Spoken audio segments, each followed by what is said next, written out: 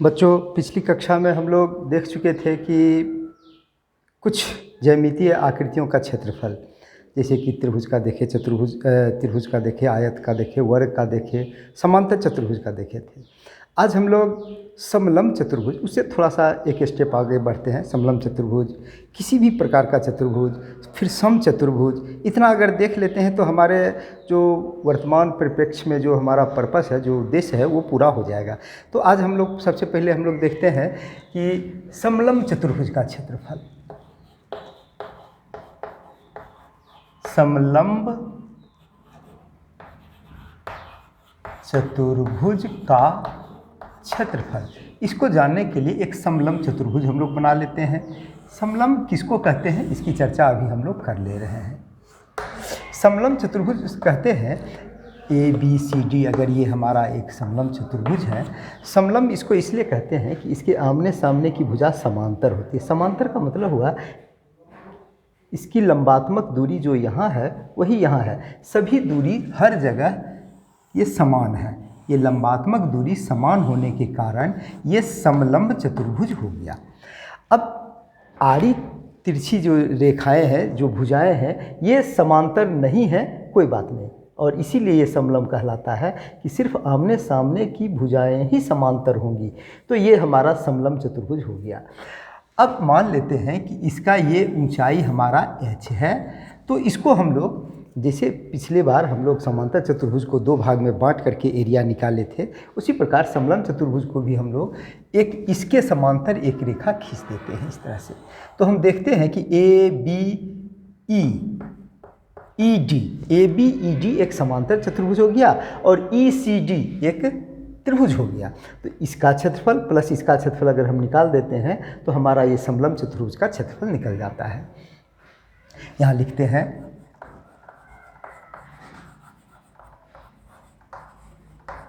चतुर्भुज ABCD का क्षेत्रफल बराबर समांतर चतुर्भुज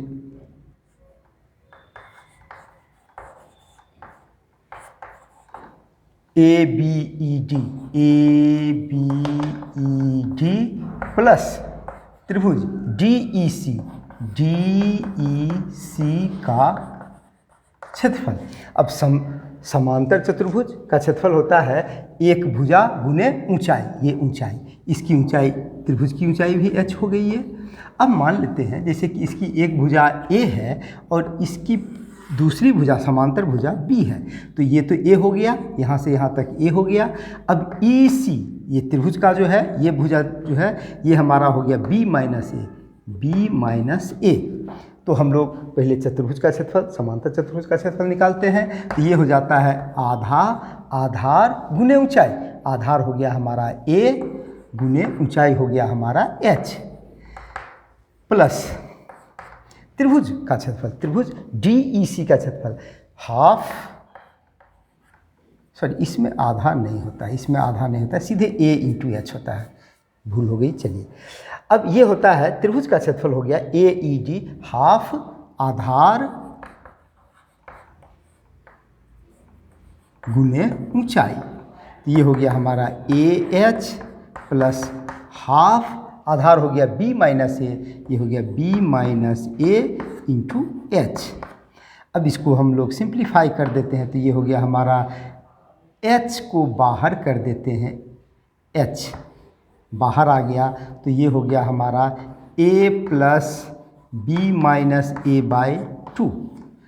और एक लाइन आगे बढ़ते हैं तो H, ये हो गया 2A plus B minus A, ये वाला माइनस A और नीचे में 2 हो गया। तो ये हो गया हमारा 2A में से A घट गया, तो हो गया A प्लस B, ये वाला B, और A 2A में से घट गया बाई 2, और इस H को हम लोग यहाँ लिख सकते हैं। तो सामने की A plus B into H हो गया, माने समांतर भुजाओं का योगफल A plus B into H। ये हमारा समांतर चतुर्भुज का क्षेत्रफल हो गया, समलंब चतुर्भुज का। समलंब चतुर्भुज का क्षेत्रफल ये बराबर हो गया समांतर भुजाओं का योग गुने उनके बीच की दूरी बटे दो यहाँ नीचे कर दिए हैं, योग a + b गुने h/2।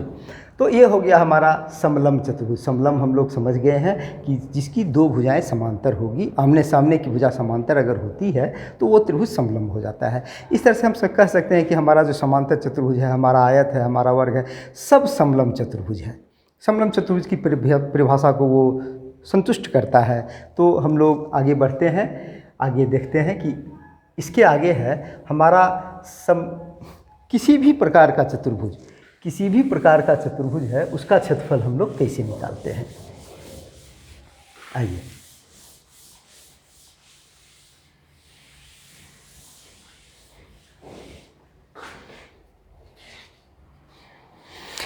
तो किसी भी प्रकार का कोई एक चतुर्भुज अगर हम लोग इस तरह से बना लेते हैं जिसकी 4 भुजाएं हैं, इसमें कोई किसी के समांतर नहीं है, तो ऐसी स्थिति में हमको क्या दिया हुआ रहता है? हमको एक विकर्ण दिया हुआ रहेगा, कोई विकर्ण दिया हुआ रहेगा जिससे कि ये इसकी लंबाई मान लेते हैं हमारा d है, और इस d से इसका परपेंडिकुलर एक सामने का वर्टेक्स, सामने के सिर से जो परपेंडिकुलर है वो हमारा h1 है, और यहाँ से जो परपेंडिकुलर जाएगा ये h2 है। ये ऊंचाई h1 और ये ऊंचाई h2 है। तो हम लोग इस पूरे चतुर्भुज का क्षेत्रफल निकाल सकते हैं। कैसे निकाल लेंगे हम लोग करते हैं कि इस विकर्ण के ऊपर एक त्रिभुज बन रहा है, इस विकर्ण के नीचे एक त्रिभुज बन रहा है, तो ये आधार हो गया इस त्रिभुज का और ये ऊंचाई हो गई। फिर नीचे वाले त्रिभुज के लिए ये आधार हो गया और ये ऊंचाई हो गई। तो आधार और ऊंचाई हो गया तो हमारा काम बन गया, हम आगे निकाल सकते हैं। अब इसको लिख देते हैं ABCD। यहाँ लिखते हैं चतुर्भुज ABCD का क्षेत्रफल, ये बराबर हो गया त्रिभुज ABD। त्रिभुज ABD का क्षेत्रफल जोड़ त्रिभुज BCD का क्षेत्रफल, BCD का क्षेत्रफल। ABD का क्षेत्रफल क्या हो गया? BD गुने, इसको कर देते हैं L, इसको कर देते हैं M।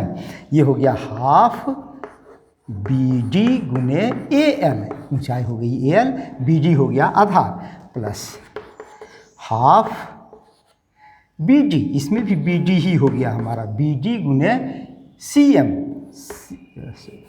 BD गुने CM।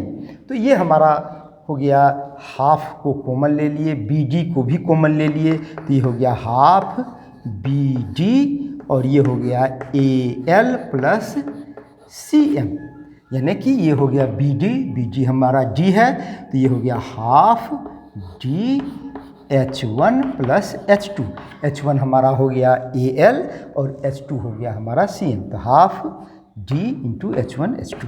तो इस तरह से आप अपना दिमाग लगाएंगे जहाँ पर भी संभव होगा कि चतुर्भुज को हम लोग दो भाग में, कोई भी अगर ये विकर्ण दिया हुआ रहेगा तो सामने का शीर्षलंब ये होगा, फिर सामने का शीर्षलंब ये होगा, तो अब उसके अनुसार आप फिगर बना लेंगे। जब फिगर बन जाएगा तो फिर त्रिभुज भी, क्षेत्रफल भी निकल जाएगा। चलिए आगे हम लोग देखते हैं। किसी भी चतुर्भुज का क्षेत्रफल हम लोग निकाल सकते हैं इस तरह से, अगर दिया हुआ रहेगा विकर्ण और संगत शीर्षलंब माने उस विकर्ण के संगत जो शीर्षलंब की लंबाई है वो अगर दिया हुआ रहेगा तो हम लोग निकाल सकते हैं। अब आता है समचतुर्भुज।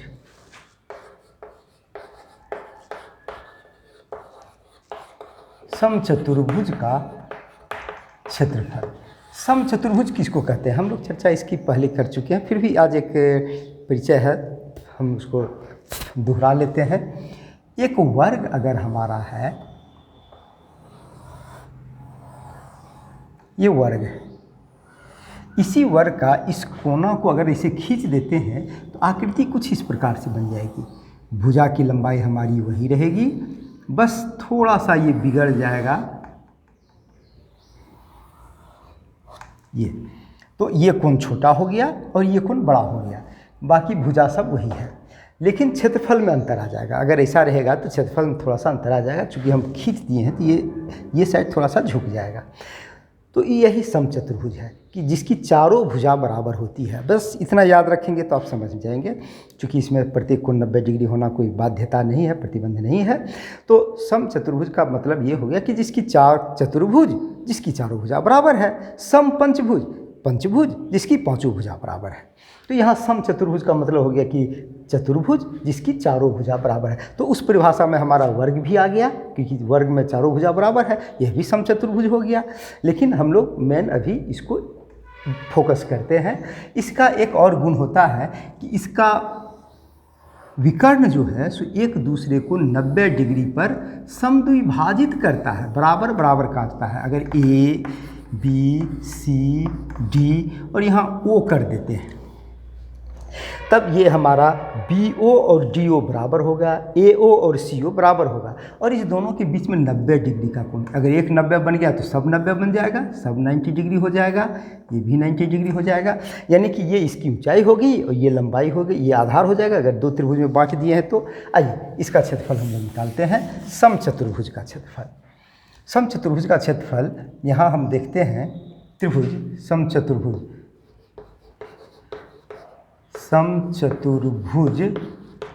ए बी सी डी का क्षेत्रफल ये बराबर हो जाता है त्रिभुज कोई हम ले लेते हैं, ये वाला त्रिभुज ले लेते हैं A B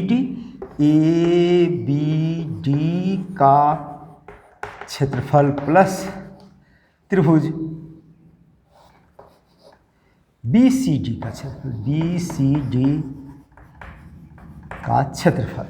A B D का क्षेत्रफल क्या हो जाएगा, आधा तो हो ही जाता है, हाफ बेस हो गया हमारा बी डी और ऊंचाई हो गया ए ओ, हाफ हो गया बी डी गुने ए ओ प्लस अब बी सी डी का क्षेत्रफल ये आधार और ये ऊंचाई, फिर इसमें बी डी हो गया हाफ बी डी गुने ओ सी ये हो गया। अब हाफ बी डी दोनों में है, चलिए ले लेते हैं common, half B D common आ गया, ये हो गया ए ओ प्लस यहाँ बच गया ओ सी, ए ओ हो गया ये, ओ सी हो गया ये, यानी कि ए सी, ए ओ प्लस ओ सी ये ए सी हो जाएगा, यानी कि हो गया हाफ बी डी गुने ए सी, ये हो गया हमारा क्षेत्रफल। समचतुर्भुज माने जिसकी चारों भुजा बराबर है। पंचभुज जिसकी पांचों भुजा बराबर होती है। षटभुज, सम आ गया मतलब कि सभी भुजाएं बराबर है, षटभुज है तो 6 भुजा बराबर हो जाएगी। इस तरह से हम देख रहे हैं कि समचतुर्भुज का क्षेत्रफल हो गया हाफ गुने विकर्णों का गुणनफल। इसको हम लोग भाषा में से लिख सकते हैं,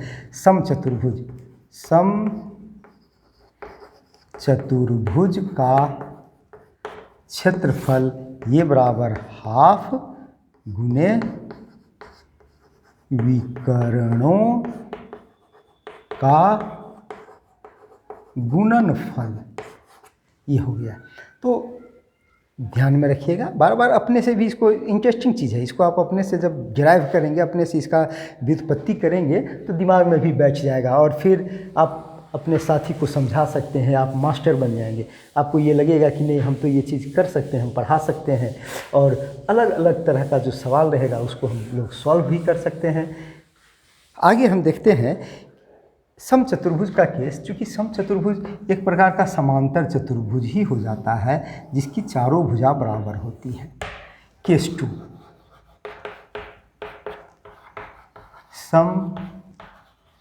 समचतुर्भुज, इसमें अगर ये सभी भुजा है तो ए है, सब ए है, और अगर ये दे दिया हुआ है कि ये लंबात्मक दूरी अगर दी हुई है h, तो इस तरह से हम ले लेते हैं कि क्षेत्रफल, ये क्षेत्रफल बराबर हो गया एक भुजा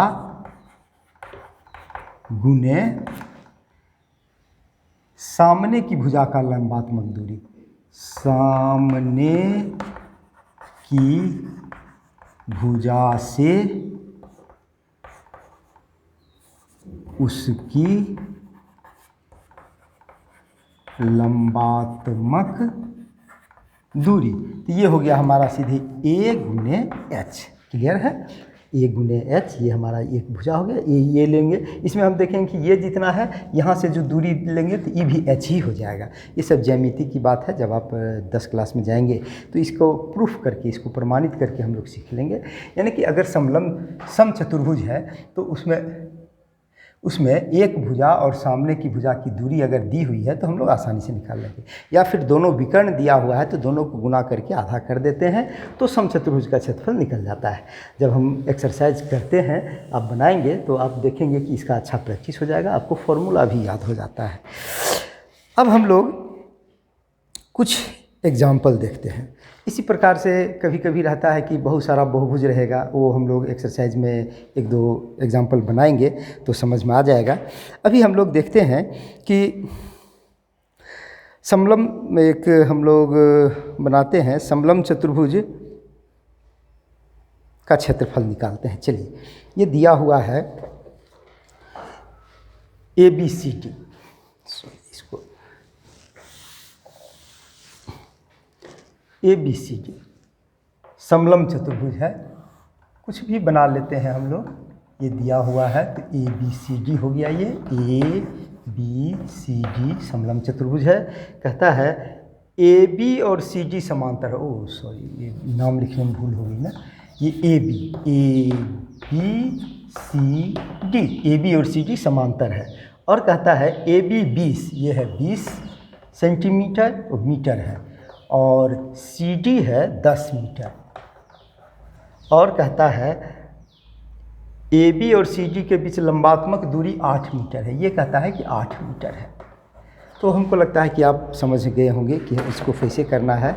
समलंब चतुर्भुज का क्षेत्रफल यहाँ लिखेंगे, समलंब चतुर्भुज का क्षेत्रफल बराबर ये हो जाता है 1/2 समांतर भुजाओं का योग गुने, इसको हम लोग छोटा में ही लिख लेते हैं, इसको छोटा में लिख लेते हैं। यहाँ लिखेंगे, यहाँ A बराबर 20 मीटर, B बराबर 10 मीटर और H बराबर 8 मीटर। इसलिए समलंब चतुर्भुज का क्षेत्रफल ये हो जाएगा हमारा A + B गुने H, और ये बराबर हो गया 1/2 A + B माने 20 + 10 गुने 8। चलिए, ये 2 चौके 8 ये कट गया। इसमें नहीं काट देंगे हम लोग, 20 और 10 में 20 को नहीं कर देंगे, 2 दही 20 नहीं कर देंगे, यहाँ 10। यहाँ हम लोग ब्रैकेट के अंदर 2 गो चीज़ है, इसको जोड़ करके ही काटेंगे। अब हम लोग आते हैं 30 गुने 4 बराबर 120 मीटर स्क्वायर। क्षेत्रफल को हम लोग वर्ग मीटर लिखते हैं तो मीटर स्क्वायर ये हो गया। तो इस तरह से छोटा छोटा चीज़ है जो कि हमको फॉर्मूला अगर याद रहे तो हम लोग बहुत आसानी से बना सकते हैं।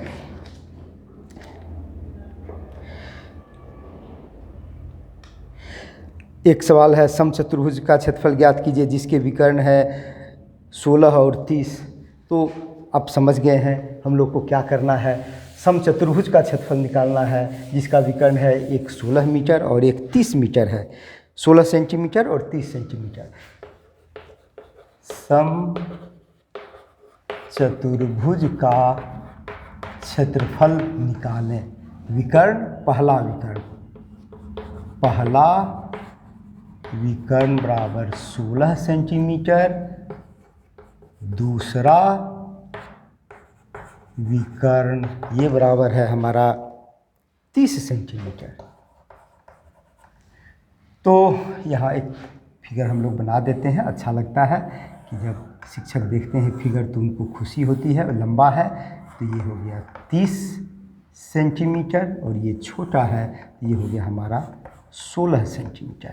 तो क्षेत्रफल, इसलिए क्षेत्रफल बराबर हो जाएगा हाफ 30 गुने विकर्णों का गुणनफल। हम लोग लिख लेते हैं विकर्णों का गुणनफल।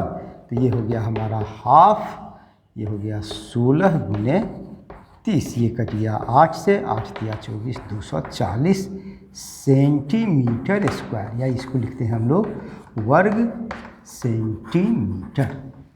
ये आंसर हो गया।